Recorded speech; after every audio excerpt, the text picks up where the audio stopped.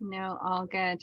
So welcome back, everyone. This is our last session for this round of science, because the next one that we do will be space, and that does not apply to K to 3. It only applies to 4 to 6. So this will be our last sort of regular one. We'll talk a little bit about what's happening at the end of the session as well for upcoming sessions as well. So we are exploring energy is where we're at.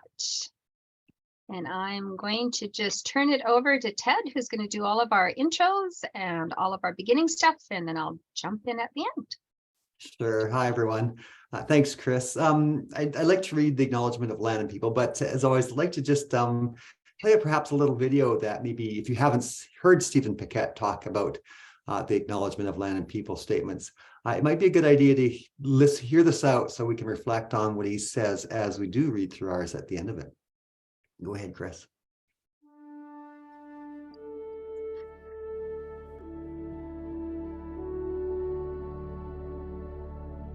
What I've learned from my elders is that when we do acknowledgement of the land, it's not about acknowledging whose land it belongs to, because that indigenous worldview is the land.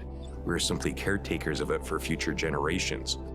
And what I've been taught from my elders is that when we do that acknowledgement of the land, it's much more than just the territory. It's about relationships. It's about our relationships with people that share the land. It's our relationships with Mother Earth. It's our relationships with the four-legged, the finned, the feathered, the crawlers, the original stewards of Mother Earth. It's that relationship that we acknowledge with the trees. It's that acknowledgement that we have with the plant life that is part of the food chain and helps us exist. It gives us our medicines for healing, gives us food for nutrients, it gives us our medicines for ceremonies. We acknowledge water. Water is sacred, water is life. And what we're told is that when we acknowledge that water, that we always have to acknowledge the carriers of those teachings, which are the woman. So we do that in the same voice. We also acknowledge the infinite wisdom of the grandfathers. Then we take that to the next level, is which acknowledging that relationship that we have with father-son, or in some nations, brother-son. We acknowledge that relationship that we have with Nokomis, Grandma Moon, and how she cleanses Mother Earth. We acknowledge that relationship that we have with our distant relations, the star people. So when we talk about acknowledging the land, it's so much more so than just acknowledging what nation was on that. As we know all throughout the history of Turtle Island, is that indigenous people were, for the most part, nomadic people. They shifted. They would move from season to season. It just so happens that Sheridan sits on the treaty territory of the Mississaugas of the Credit, which I'm very proud to always share and educate with people. But in the same breath, I also acknowledge that many, many other nations have walked this territory, and that their ancestors are still here amongst us.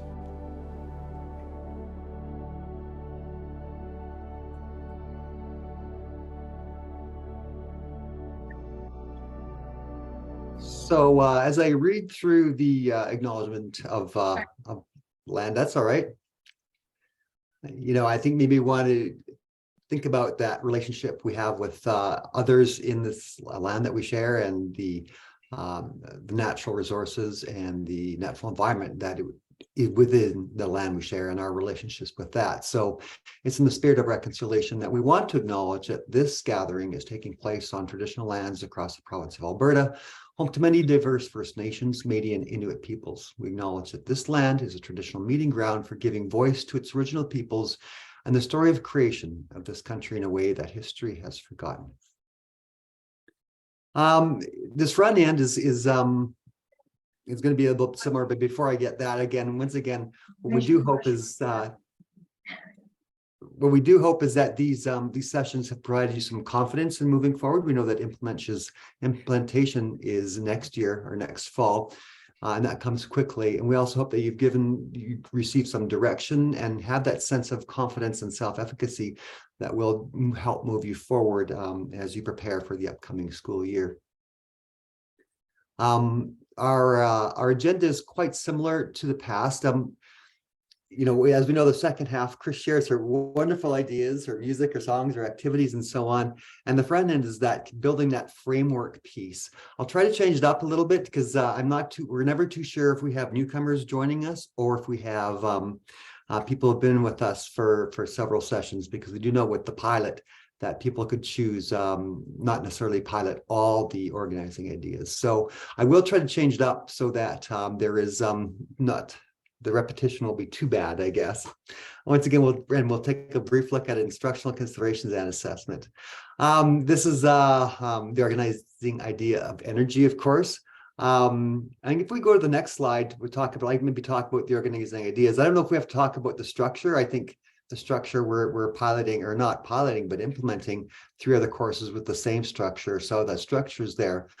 But we do know that with science especially, there's quite a change in terms of the organization of the ideas in it.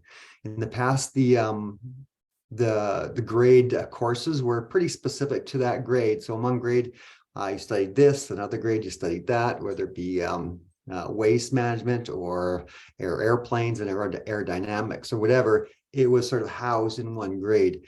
But as we can see from this example, that the learning outcomes and the organizing ideas do keep moving forward. So if we take a look at energy, for example, before we even look at grade 3, already in kindergarten, students are exploring the idea of movement and pathways of movement, especially with humans and animals. And then we look at more specifically speed and moving objects and pathways and direction of objects. Grade 2, we talk about movement in the context of light and sound. And grade 3 now we continue to take a look at movement of objects, but by layering on forces. And if you were to take a look at grades 4 and up, you would see that continuation with movement and the same kind of ideas filter its way through. So a lot of the ideas and concepts that you're going to be looking at in grade 3, as in other outcome or other organizing ideas, they will have been covered in a previous grade, and we'll point some of those out to you as we go along. This will be on a slide. You can see, you can take a look at the continuation between K all the way up to 6 with the different organizing ideas. Next slide, please.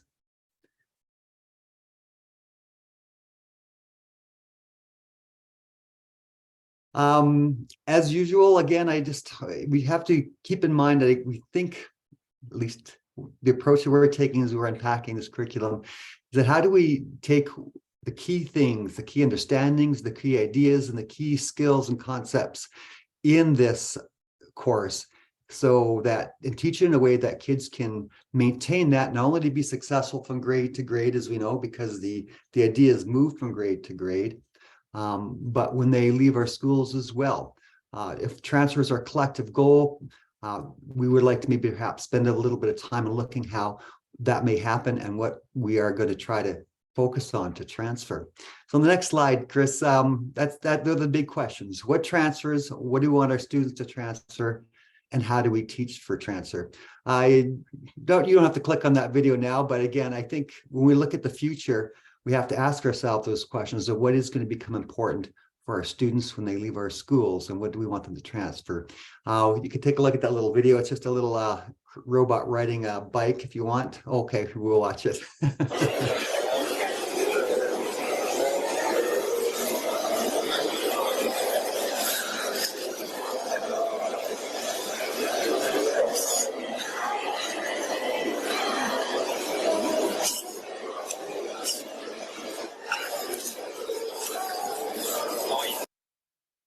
Thanks, Chris. And again, so we're moving forward in a world with unpredictability. And one thing that we do know is that students will need a certain set of understandings and skills to be successful in that world. So let's take our step forward and see how we can manage that.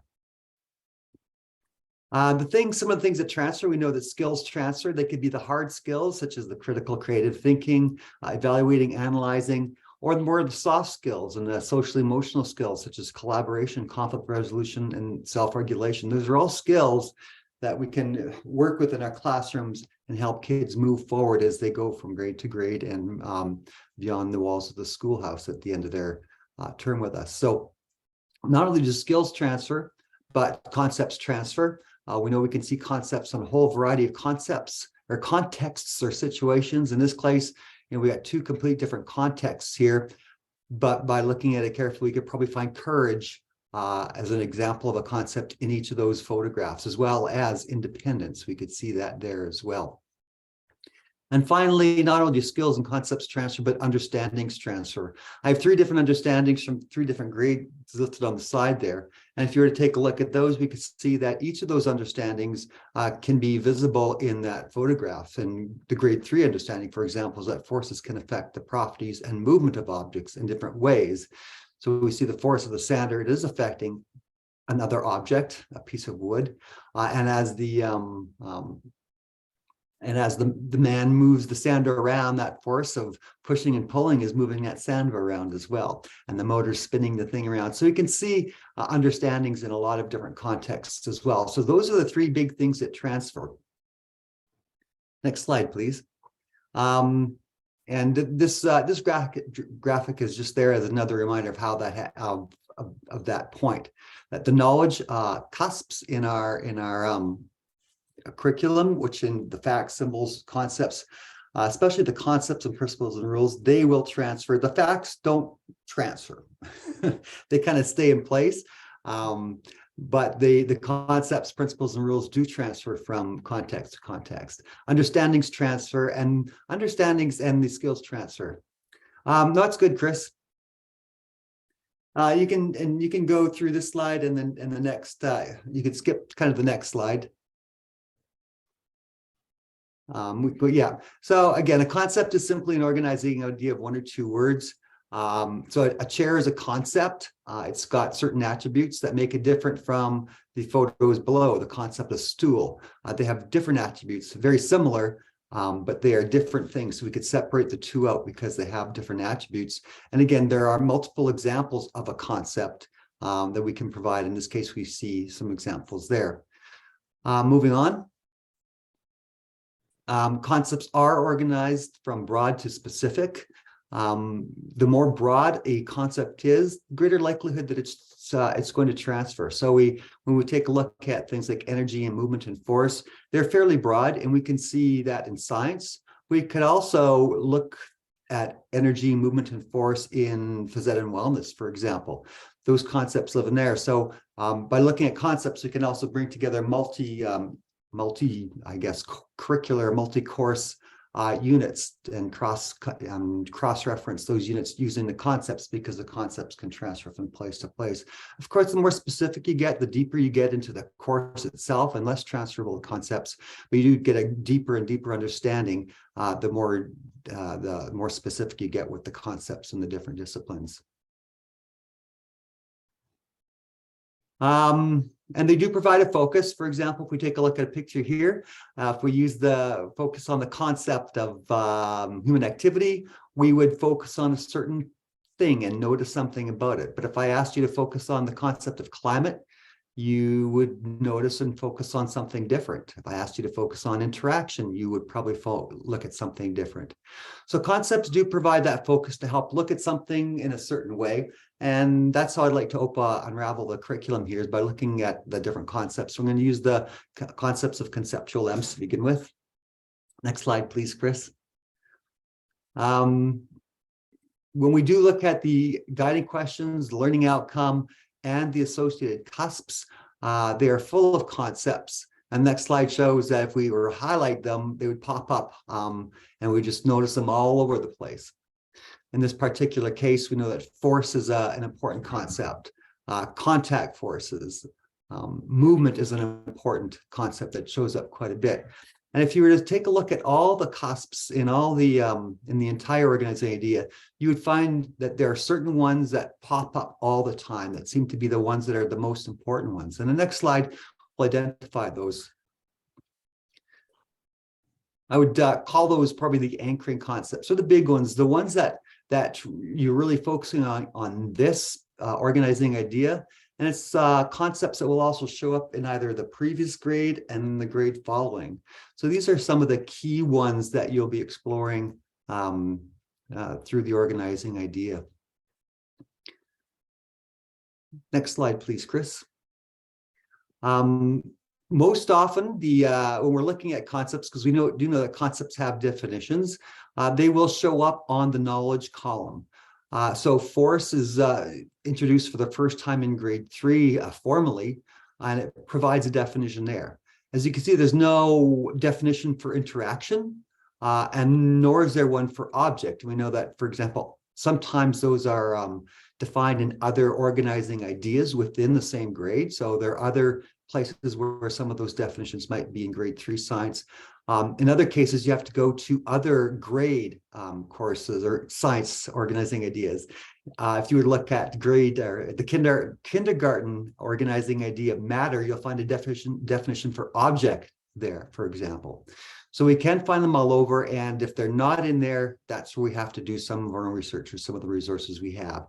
In this case, interaction is not defined anywhere. We have to come up with our own definition of it. Besides defining the concepts, there are examples given of the concepts. So in this particular case, there are examples of change when force is applied, and they have a list there.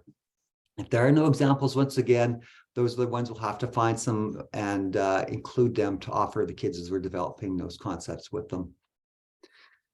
So that's the knowledge cusp. It's mainly filled with the definitions of the concepts and the, you don't have to go to that link, Chris, the definitions of the concepts and examples. And there's just another way to look at all the different progressions and the anchoring concepts for each grade from K to 3 with each organizing idea.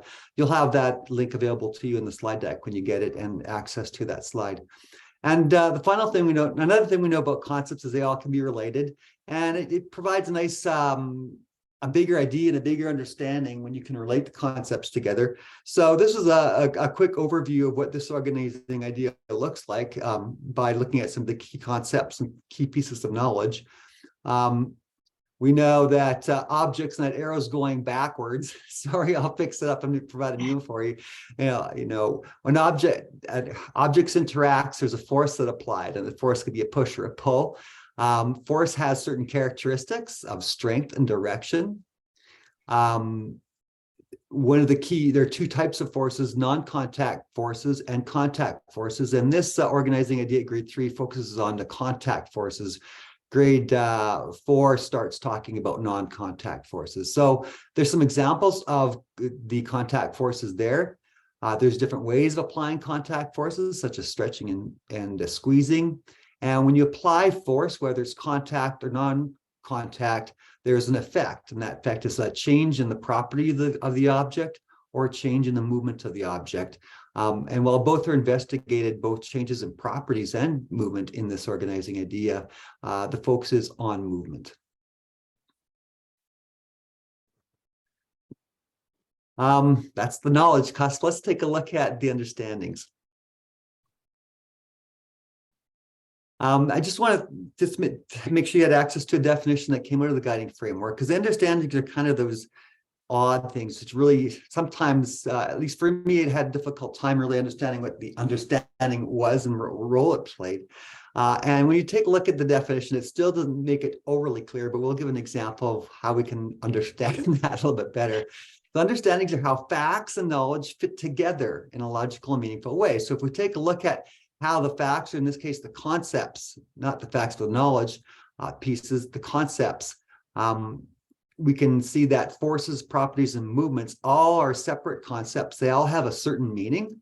We know it. As kids, we can help them understand what forces are and what they are. We can understand that objects have different properties and what a property is.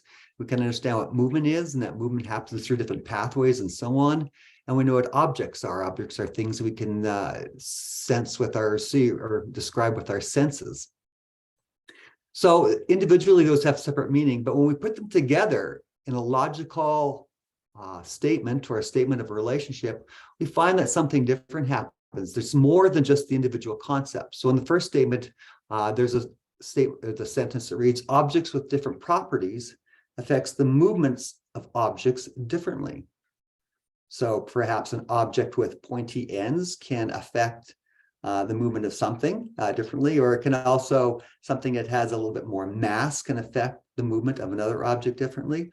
Or we could take a look at a different arrangement of those same concepts and come to a totally different understanding that forces can affect the properties and the movement of objects in different ways. So that's really what the understanding is, taking those and combining them in a certain way to create a larger picture, a larger piece of meaning. And that's what that column is. So if we can go to that next slide, Chris, you'll find that second statement that I have written there shows up in the understanding of this unit. Forces can affect properties and movement of objects in different ways. So the knowledge statement has, or the knowledge column has all those definitions and the concepts.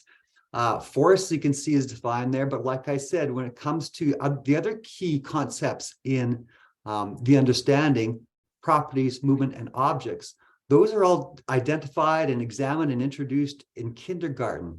If you go to the matter unit, or organizing idea, you'll find a definition there and some work with object and properties.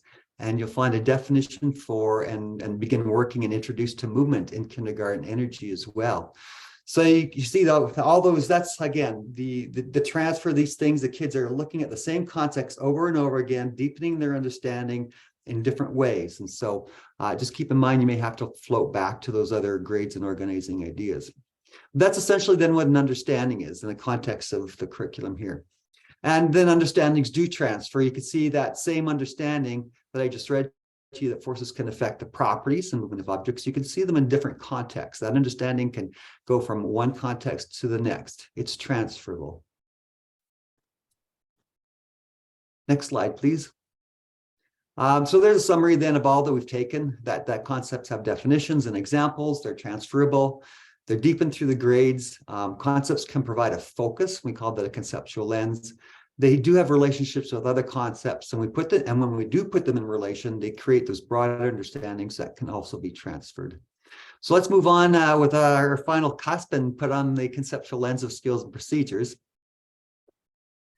A couple tips when you're looking at those as usual.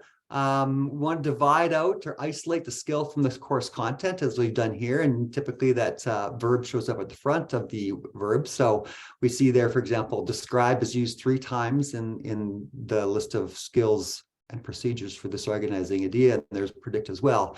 But tip number 2 asks us to, if you go to the next slide, really give some thought about what is being asked of here, or what the statement is really asking students to do. In this particular case, describe means 2 different things. And so, how our expectations and how we assess and how we teach towards it are 2 different things.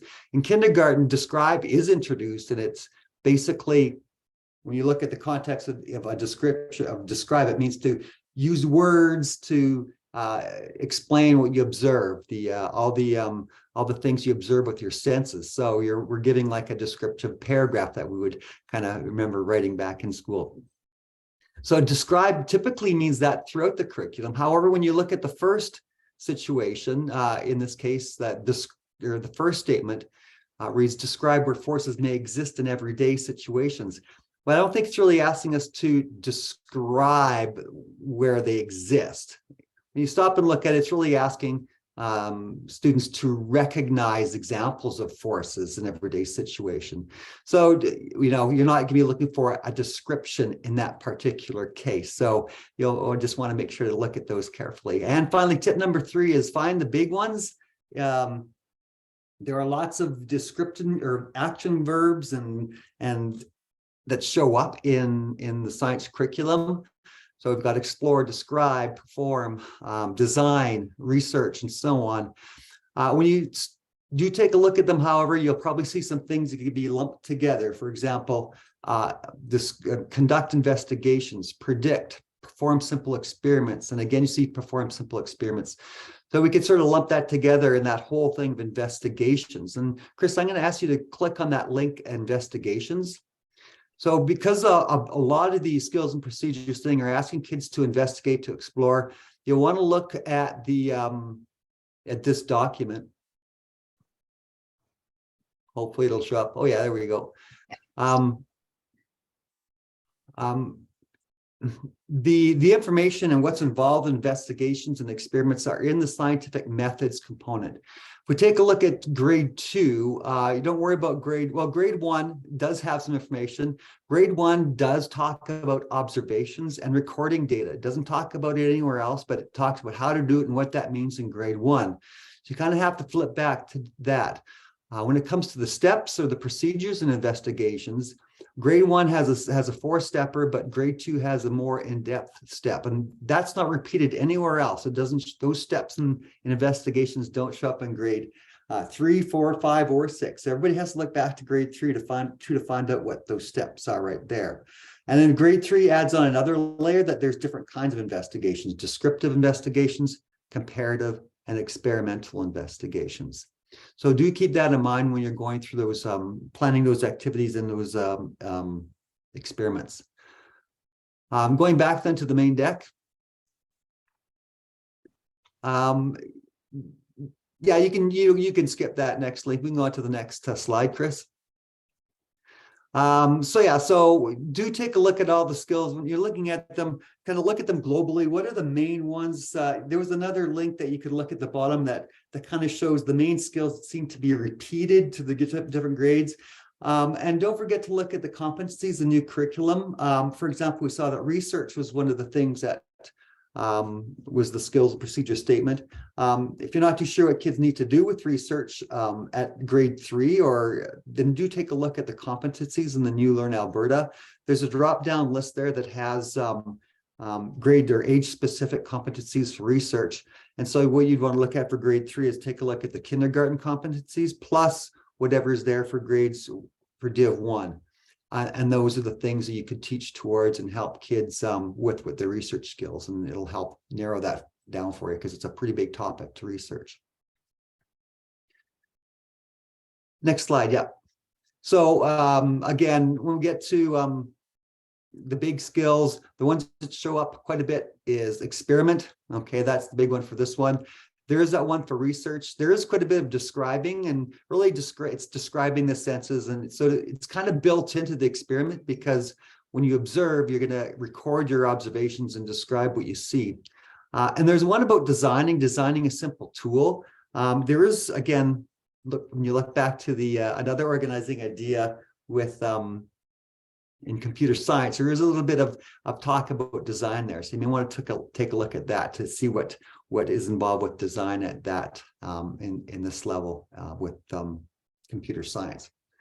So there's another graphic there. So we know that knowledge, understanding, and skills do transfer. The question is, how do we get there? How do we go from how do we get kids to do that final thing, to keep on working at it and to becoming independent with their understandings and their skills and concepts? So what we do is we take a look at the Hattie, Fisher, and Fry model of surface, deep, and transfer. And Chris, you can kind of click on through those next few slides.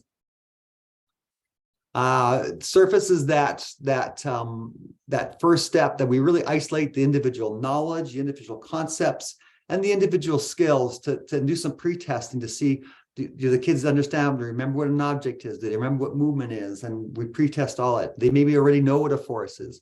And so we do all that pre-teaching ahead of time. Do they know what observations are? Can they make a prediction? And if they don't, then we kind of do some retesting and reteaching. And then we move on to that deep learning. And that's where they take those understandings and apply those broader understandings. So you can see that they've taken the icons that represent concepts, linked them together, because that's what those understanding statements are. We can use familiar and uncomplicated content at the start, and we can maybe then use some of the course content, or we could use the course content later for the transfer activity, wherever we're at. But the difference between deep and transfer, at deep, they're already transferring their understandings. We're just giving students a context that's quite familiar with them, and we're doing some guided practice with them. When we get to transfer, that's where we let them loose, maybe through a project-based learning that we'll take a look at, or as an example later on, and do those kinds of things for transfer. So let's just stop and just a quick look at a couple of instructional approaches. You don't have to open all these up at all. The concept attainment strategy is one I think I've included an explanation with the cause and effect example, because the cause and effect is really hard to move forward in this organizing idea without causing cause and effect. So you can just click on that one as an example, Chris. If you've never done one before, I think at a primary level, most everybody uses this approach.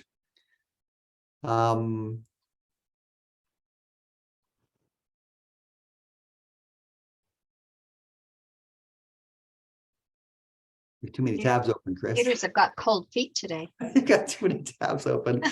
So the first slide in this one, it does actually list the steps about what how to conduct a concept attainment strategy. So you can go to the first slide.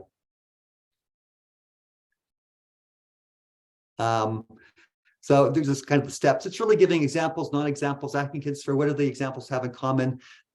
Focus on why the non-example doesn't fit, and then at the end coming up to some kind of an understanding and definition of the concept. In this case, using cause and effect. So I have examples of causes and examples of effects, and one is the example and the one works as the non-example and vice versa. So you could just click through a couple slides and I think give a gist of what it looks like. There's always some examples, non-examples, in this case, group A and group B. If you look carefully, yeah, you'll see that group B are the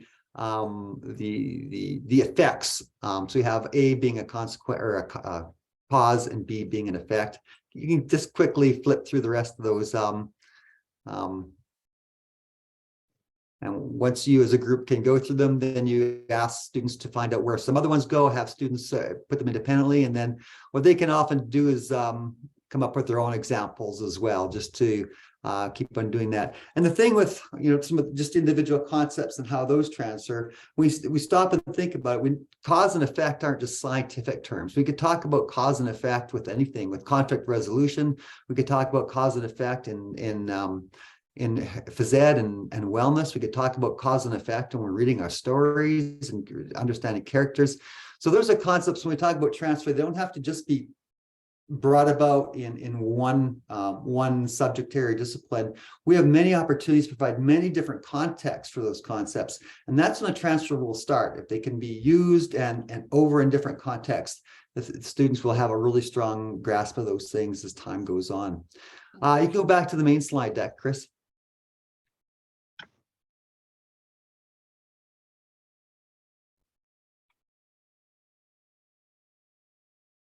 So if you take a look at that first line, concept attainment strategies, they have lots of different examples of ones, and they're all really linked to the idea of the investigation and experimenting. And I'm just going to have you click on, no, you don't have to click on that. What that, yeah, maybe just click on that. Sorry, Chris, that last one, the direct teaching of thinking skills strategies, investigating, use that one. Yeah, investigating and experimenting. So the direct teaching of skill strategies is basically just that. It's a direct teaching of skills. And on the left-hand side, you could see the steps for planning a skills teaching strategy. In this case, I'm using investigating for the grade 3 level. So you define what it is. You define what an investigation is. So investigating is doing something. And what is it doing? It's creating an investigation or going through an investigation. It's a thing. The steps are taken right out of the grade 3 curriculum. I think I broke one of the steps into 2, which is why we go from 6 to 7. Once you have the steps there, then we want to make sure the kids understand the different concepts within the steps. For example, step 2 is make predictions. Well, what is a prediction? Your children may already know what they are. If not, you may want to use an example activity to help them understand what prediction is. And there's another concept attainment activity there. So I want to make sure that through pre-testing in some way that the students know what those are, because you're going to be asking them to make their predictions. You're asking them to make conclusions. You're going to be asking them to do those things. And same with the sub skills. They're much related again to the concepts, but how do students analyze that? Or how do they make an observation? How do they record data? And those are some things you'll want to kind of teach, make sure they have a good understanding of before you throw them all the list and try to do it all at once. So there's going to be times through the course you're going to be helping them do each of those things individually, and then you can bring it all together for an investigation. So with the skills teaching strategy, there's that surface learning where that basic learning at the surface level, you're breaking it down to steps. You're helping them understand the concepts and sub-skills within the steps. And that's just, again, the surface level. As time goes on through grade 3 and grade 4 and so on, that's if everybody follows that same model, then that's where the transfer can become more and more prevalent as the approaches become similar. Everybody uses those same steps and uses the same terms as prediction, conclusion, and so on.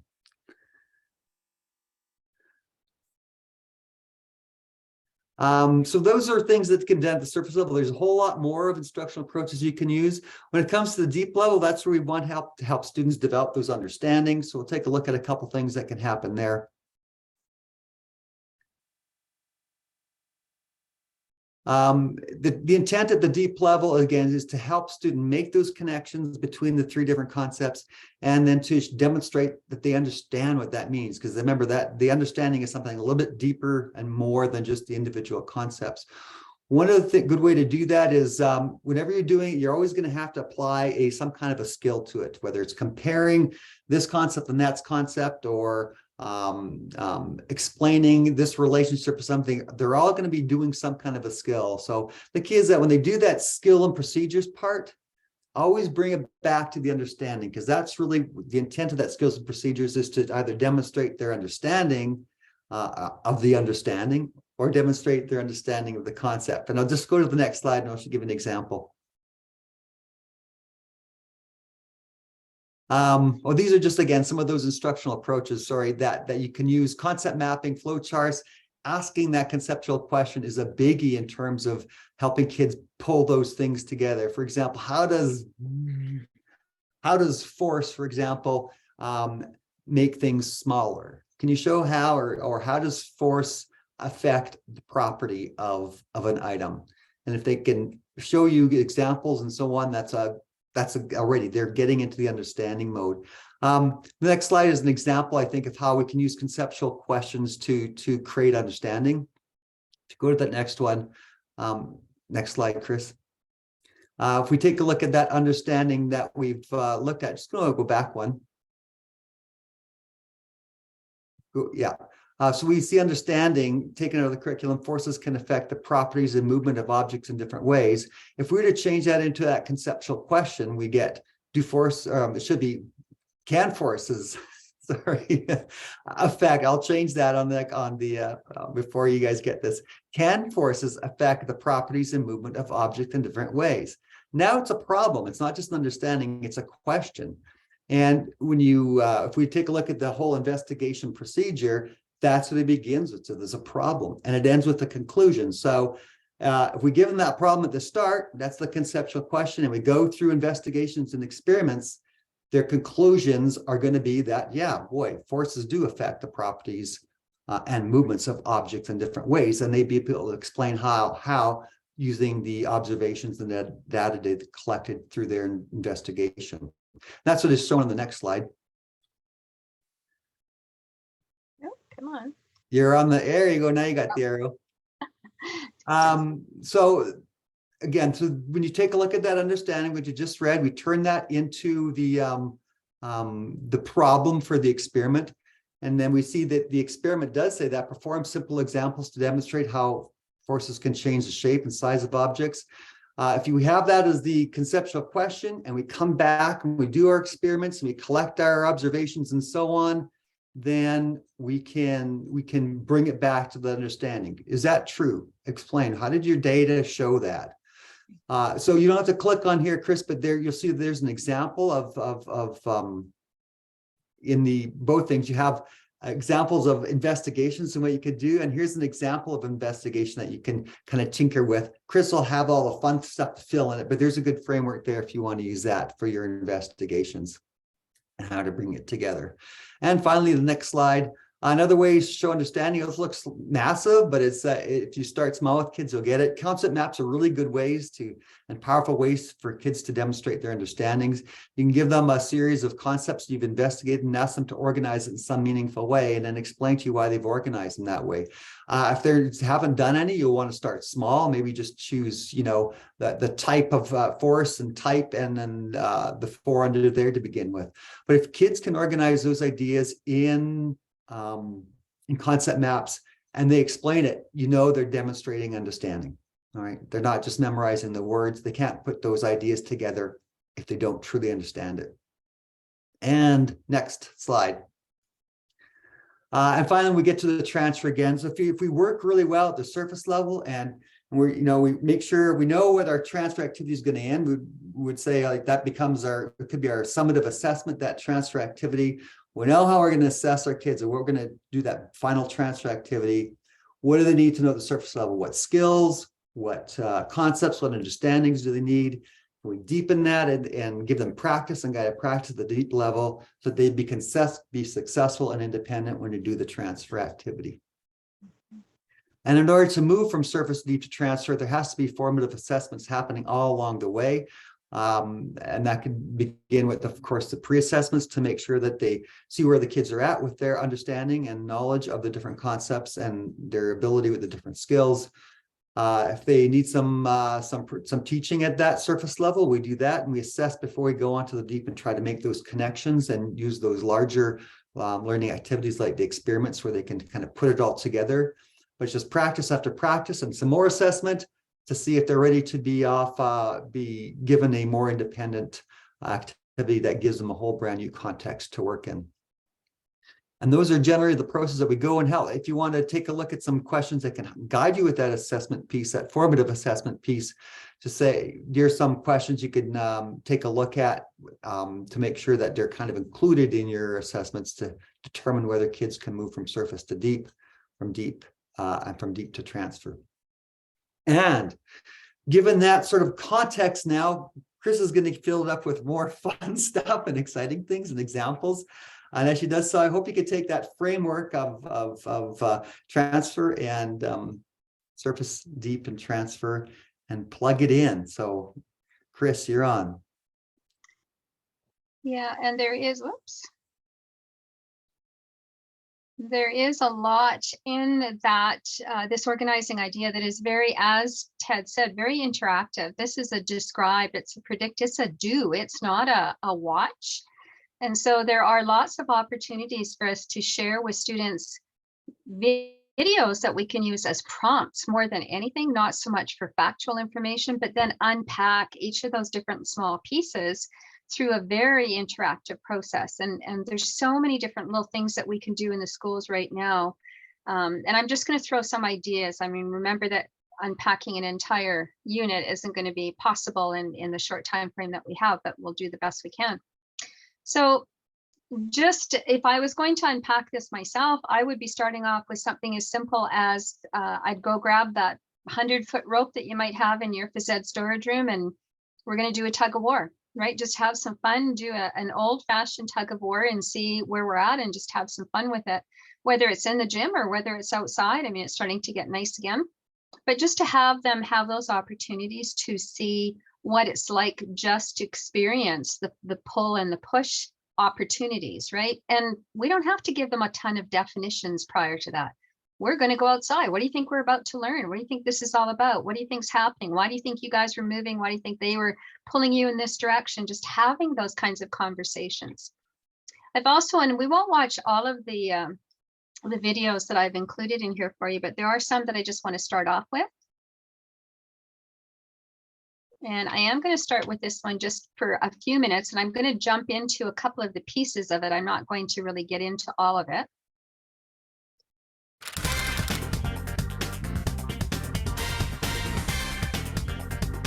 So these are simply ideas for you, the teacher, to take forward with students and adapt them.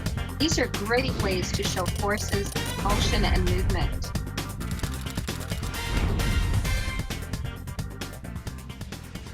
He huffs and he puffs and he blows the house down. Now you might think, well, it looks a little small and a little elementary, but no, actually what they're doing is they're just reciting a common story of the big bad wolf, but they build the big bad wolf, right? There's their goal is they're going to create their own model, but they're going to demonstrate their understanding of being able to pull and push, pinch. Those types of things all are part of that common terminology that they need to have first. I'm going to skip through a couple of them just so you see them. So, is pinch a push or a pull? Pull. A good tip for this lesson is to allow the children to use different coloured pencils to mark whether each force is a push or a pull. In this case, I used a blue pencil for a push and a red pencil for a pull. It's a good idea to use a character the children are familiar with and also one whose features can be accentuated. The big bad wolf is perfect for this. Ears can be pinched, you can push in for the eye socket, and the teeth can be pulled down from the mouth. Body. So do you want to write that onto your piece of paper? squeeze. Once the children have made their models, I employ a technique called jigsawing, whereby one child from each pair moves on to the next pair and talks to them about how they've made their model. We put a finger in to make them out. Hands-on experience of forces, they can see what happens when they push or when they pull. They can see that a pinch is a pull because they're pulling it away from the piece of clay.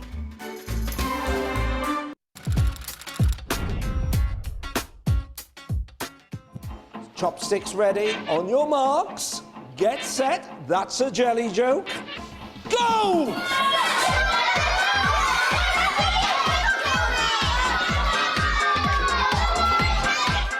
The jelly investigation is a great way of getting children to think about friction, and it's lots of fun. Well, I think you did really well. But this time, we're going to make it perhaps a little bit different. It's all about friction and what is useful and what is not useful. Oh, that's nice. I think it's going to make it harder. Go!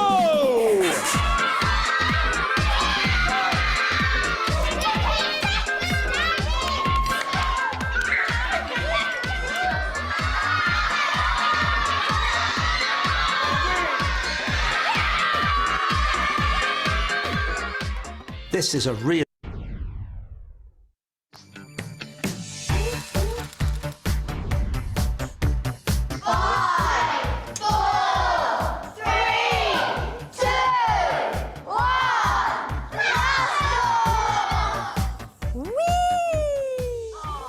Before we start the lesson, I need to talk to the children about how they... So you get the idea that there's a lot of possibilities here that we can engage the students in learning those concepts, but at the same time, very interactive, it's very much an opportunity for them to try things out and see what's going to work.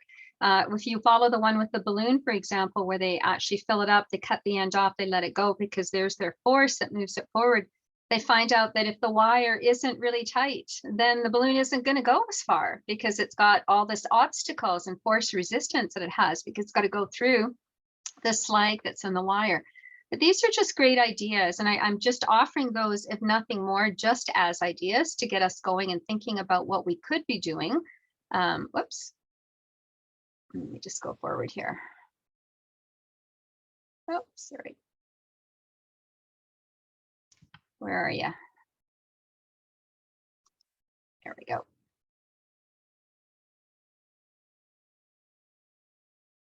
Okay. So you have lots of other ones that are in that link as well, and they're really just more to give you some thoughts about maybe where you want to unpack it. Same thing with this. I mean, it looks very young, but I think of when I used to teach high school science. You watch an 18-year-old boy sit on a tricycle and watch him go around obstacle courses. It's not only is it fun, but I mean, they then learn that, you know, I've got big feet, but it's a tiny little circle and the pedals aren't going to let me go as fast as I want to go. So what are my restrictions versus a larger bike, larger wheelbase where I can go through? So we do those kinds of things. And so just setting up an obstacle course where they can go around circles, like what's the hindrance of the different surfaces that I might be on? What would happen if I ran into the grass here? Like what is the friction and resistance that's going to be hitting there? Riding a bike, right? Put the bike into a situation where it's on a smooth surface, on a gravel surface, on a grass surface. How does that affect it? And how does that make it easier or harder for me to move forward? Crawling through, if I crawl through any kind of obstacle on a smooth surface, rough surface. Again, it's just to get them an idea, and then how does different surfaces, in this case friction, affect what's happening. With any of these, so I wouldn't necessarily divide up the two components into, I have contact forces. I need them to learn what are the different contact forces. But at the same time, every time I introduce a contact force, I probably would be asking, is there some way that we could make this a little easier on ourselves? How could we facilitate something? Prompting their thinking of those simple machines that might be available. What are some tools that we have that help me in a situation that I'm in. So I don't have to do just contact forces first. Then I'm going to look at simple machines. I'd probably be tying some of these in at the same time.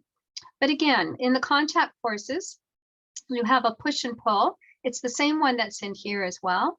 And then there's one on fraction, or in this case, fast or slow, when we're looking at friction, which gives them an opportunity to think about how does that affect the motion of my object. And in this case, I just took slides from a PowerPoint, and I did provide you the PowerPoint at the bottom of this. Let me just show you where it is. There's a link at the bottom, and the entire slide deck is there. But really, the important part here is I see a girl on rollerblades. I see kids on their slide boards. I see common swing sets. How do you stop yourself when you're on the swing? How do you get up there on the swing? What is the motion? And what's the force that gets you there? What happens if somebody's behind me and pushes me, right? So how does that all affect? So again, it's just that active engagement of what is the push and pull, and how would they slow themselves down? How could I use friction? How could I use contact to slow me down? Contact and non-contact forces are in here. And again, you've got lots of activities, lots of good explanation. This would be a great review one, even for what you started with over here. But also, you know, could get into things like what would happen if I had a wire that was loose on the balloon one versus one that was taut? What happens when I have, if I play guitar and I have one string where it's been really, really loosened? Like, how does that change the sound on my wire? How does that change how it sounds, the reverberation, and how does it just in general, how does that feel, right? How's the bounce of that wire go? And then, and I'm throwing this out at you is, I mean, I would do this, but I'm not sure everybody's going to want to do this. You know, having some elastic shooting. What happens when the elastics are little? What happens when they're super long? Like, let's have an elastic fight and just see how does that trajectory change when I change the size of my elastic?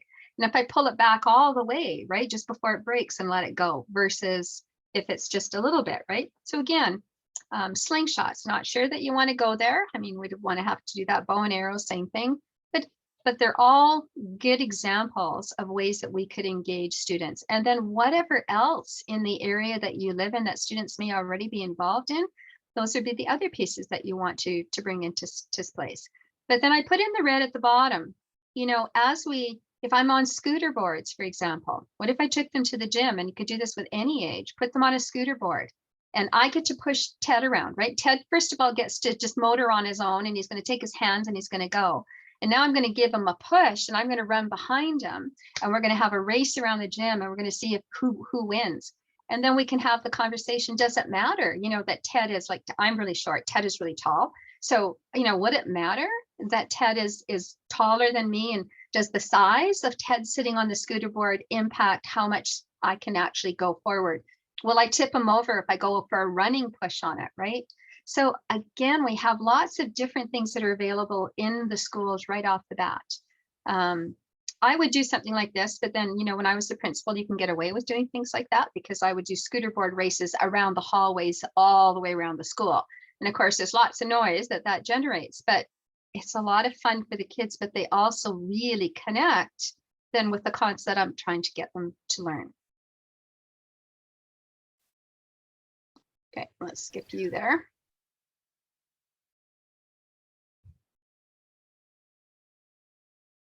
A couple of other ones that would be really simple is just taking a paper plate.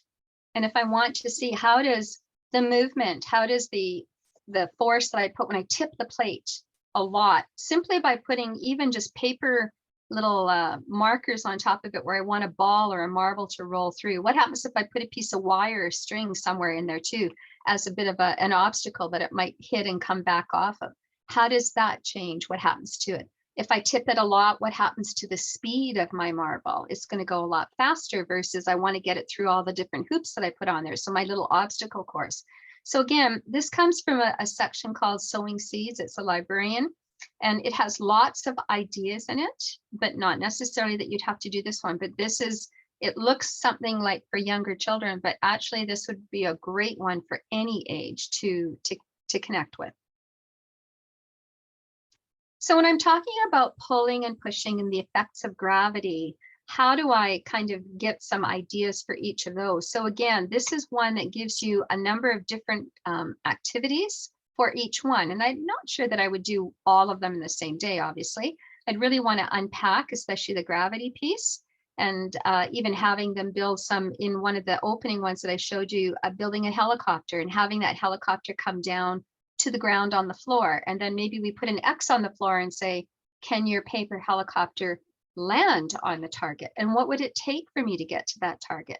And what is it that's affecting it by coming down? How can I change how fast it comes down or slow it down to get it to a point? Another one would be to just using straws. If you buy those little pom-poms that you can find at a Dollar Tree or Dollarama, a bag of them, and just put them on a table. What is the force of air running through the straw going to move that? I'm not actually touching the pom-pom, I'm just blowing on it. So how do I get it to move forward?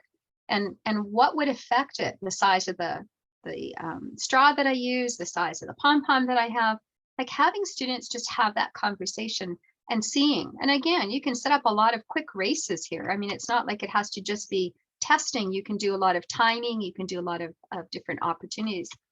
Again, you know, I'm not going to have an older student sit in something like this, but maybe a tricycle. A tricycle is a good thing for a grade 3 student to try. What happens if I have, let's say, a laundry basket and I ask them to sit in a laundry basket and I tie something to it? How is it easy to pull it across the floor in the school? How is it easy or not to pull it across a carpeted room in the school? How does that compare to a wagon? And why is a wagon easier for me to pull than the laundry basket? I mean, I'm going across the same surface, but the wagon has the wheels on it, right? So again, what are the things that are helping me to move it forward? So pushing students on a scooter board, taking a box, even a large paper box from furniture, and a student sits inside of the large box. Is the box easier to pull, let's say, than a laundry basket?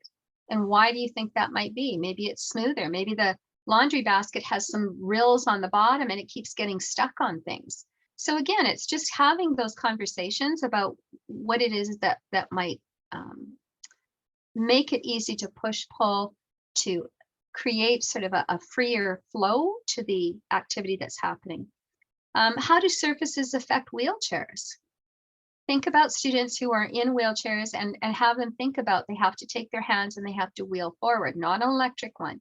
So how would that change if there is a slight incline in the hallway? How would that change if we go from a smooth tile to one that's kind of a beveled, sort of a rock look to it? How does that change the ability to go through that surface, right?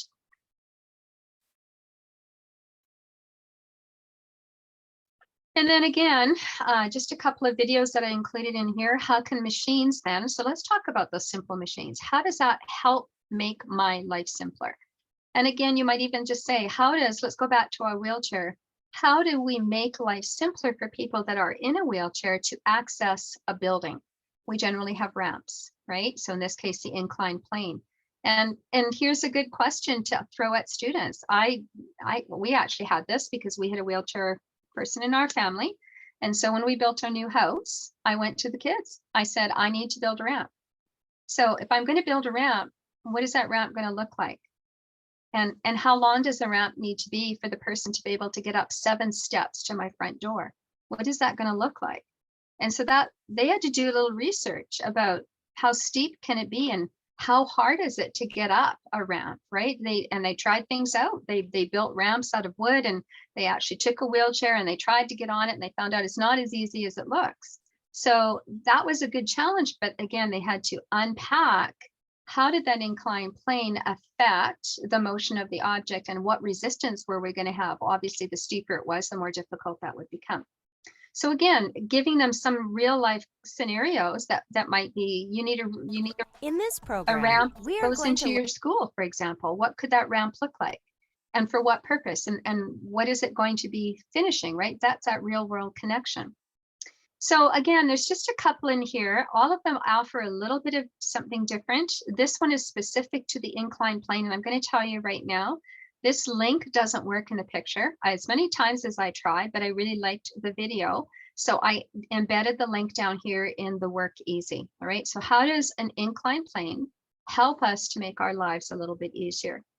Over here, you have sort of all 6. We don't have to do all 6, but it doesn't hurt for them to see them. And so here are the 6 simple machines that students might encounter on their day-to-day routines.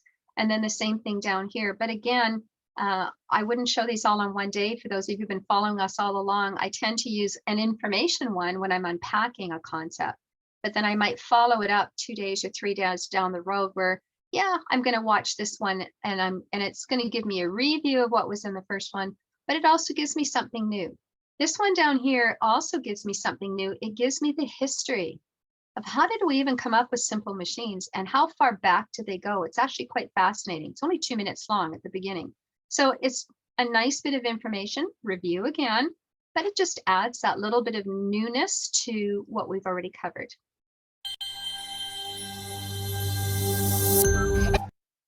Oops. Unfortunately, when you embed them, they all want to start at the same time.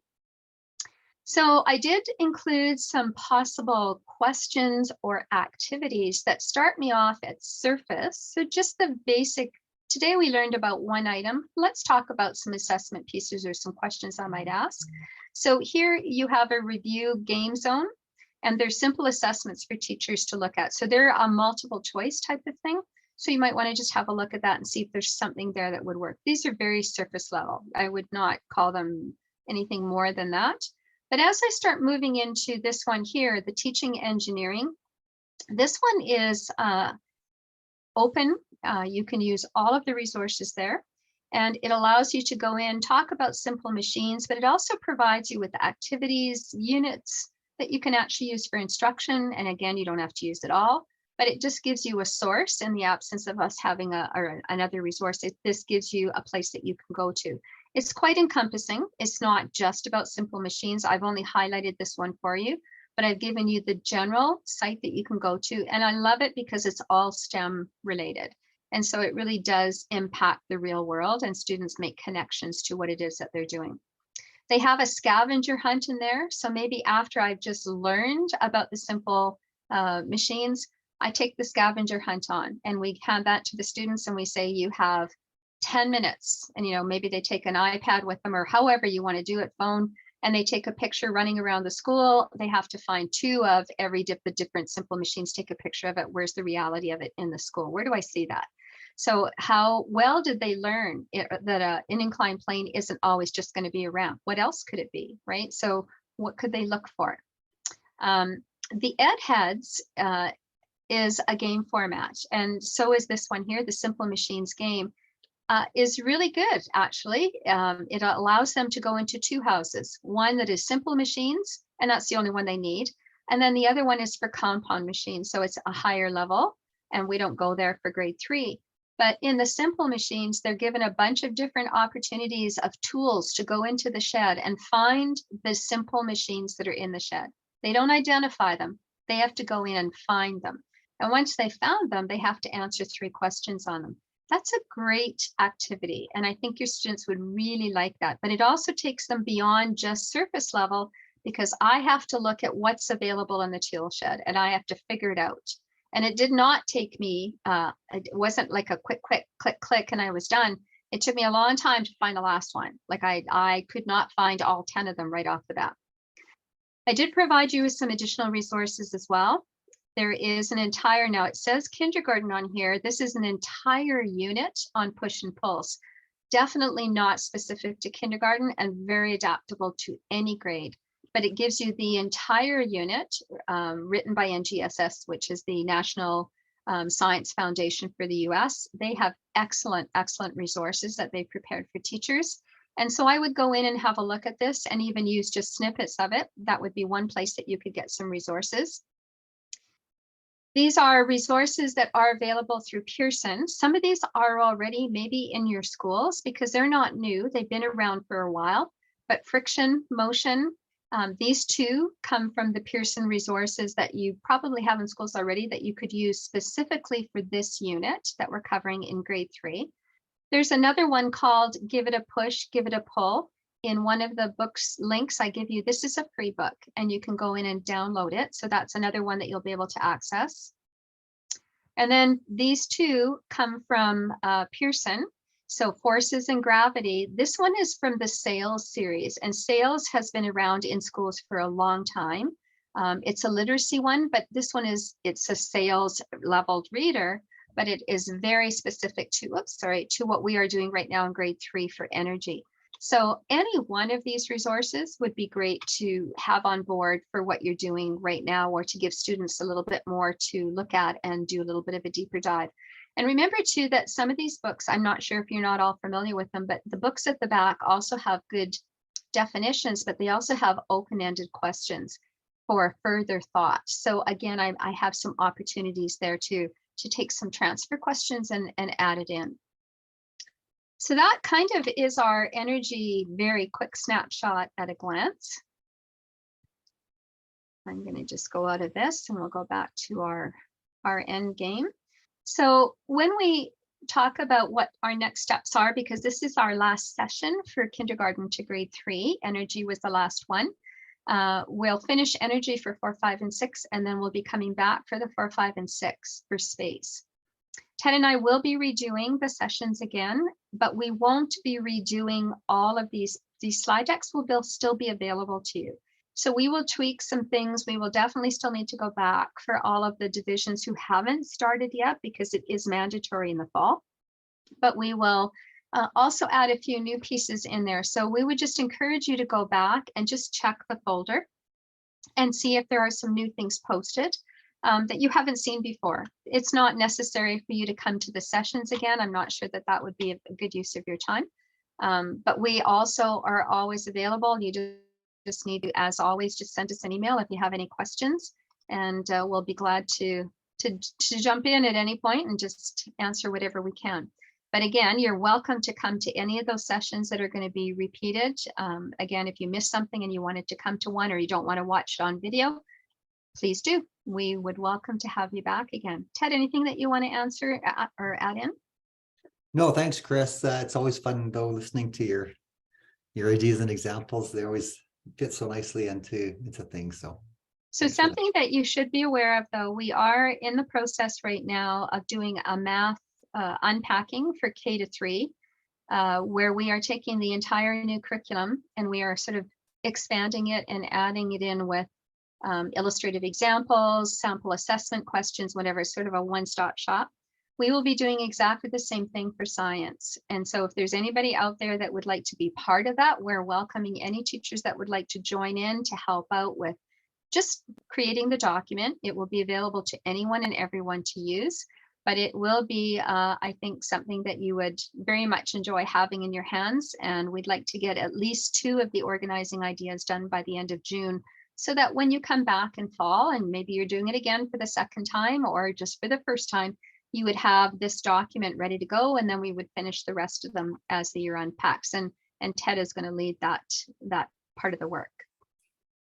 Are there any questions for anyone? Anything that we can answer or help with? Or I'll stop the recording here so that you're not on question.